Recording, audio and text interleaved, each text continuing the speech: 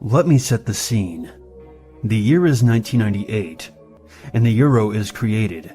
I was of the age of 14, sitting on my parents' desktop PC, using god-awful dial-up internet to research the history of William the Conqueror's harrying of the North, when my friend, who for the purposes of this story shall be called Jake, messaged me on IRC. "Hey, some dude at school told me something really cool you can do on your PC." "What?" I asked. 1. Open up Start. 2. Go to Run. 3. Enter 2ndrely2.frt. 4. Tell me when you're done. I did what he told me. What opened up looked like some type of command prompt. It had 2 boxes that text should be entered into, and a regular command line. "Done," I informed him. In the box, write your name. In the second, write a password. And in the other bit, write rtileoh.us. I did exactly what I was told, and a box telling me to enter a nickname popped up. I wrote Tom Elton. The window closed. A few moments later, a batch file opened that said, "Welcome to the Artile, Ohio chat room. User Tom Elton has joined." I spent the next few months talking to my friends on that chat room. I had no idea who created it or hosted it. It seemed to only work in the Artile, Ohio area, meaning I could talk to anyone there in theory. The only people who were there was me, Jake, and a couple of other people I was friends with.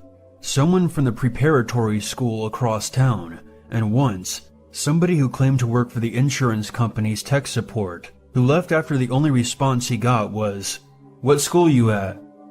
I don't know why we used this instead of a normal chat room. Maybe the whole secret gathering aspect of it made us more drawn to it. I don't know for sure. I woke up one fall morning and checked the chat room and found out that I had been promoted to an administrator.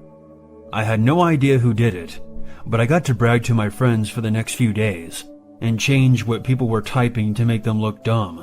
But other than that, my powers went unused, until one day, I logged on to see that the anonymous messages to admins was not empty for a change. I wish I didn't check to see what was there. It was a full story from a user called 09HDI7RF, written in multiple single-sentence messages. They described how they were being physically abused by their parents, how they weren't allowed to go outside the house, and how she snuck into her dad's computer and saw this chat room open, and decided to tell anybody she could. I responded with, "Who is this? Also, if this was real, you would have called the cops." Later that day, the chat room stopped working. I couldn't get it to work at all. I got an error message every time I searched the command on my PC's run feature. I was royally pissed off with the fact that me and my friend's secret hidey hole was now dead. 2 days later, what do I see in the news? Girl shot dead by her father after breaking out of her home through a window. The mother was in police custody, but the father was never caught. The family's PC contains documents describing kids named Jake, Tom, and others, describing what he imagined their appearance to be, and what he would do to them if he ever found them, which was too horrific to describe here. That man was never caught, to my knowledge. He is still on the run today, hiding amongst everyone. I'm certain that he will never be caught. Tracy Blair was the oldest of 3 born to Tony and Kirk Blair. By all accounts, the girl was a happy and friendly child, as was her home life. The fast-growing family had just recently moved to a larger and more modern home across town, and Tracy was said to be somewhat saddened by the move and feared she would lose all friends she'd made. However, once it became apparent most would stay in contact, her attitude would change for the better. Although she was able to keep most of her older friends, she didn't hesitate to make new ones online. Her experience with the internet had just begun, and many of the hazards that went along with it would need to be learned quickly. Despite her innate suspicion of strangers, the girl was still young and trusting of those around her age. Unfortunately, an unknown man with evil intent would use this trust to his advantage. On a foggy morning in 2015, Tracy would disappear from her home, never to be seen again. From what is known, she had recently been in contact with someone posing as her 18-year-old boyfriend. They had been chatting back and forth in Japanese animation chat rooms, and The boy was doing his utmost to get Tracy to meet him. The chat logs show that she was very reluctant to do so. Multiple times she tried to express upon him the seriousness of the situation, especially as to her age. Tracy was barely 14 at the time and well aware of the legalities surrounding any relationship they may have.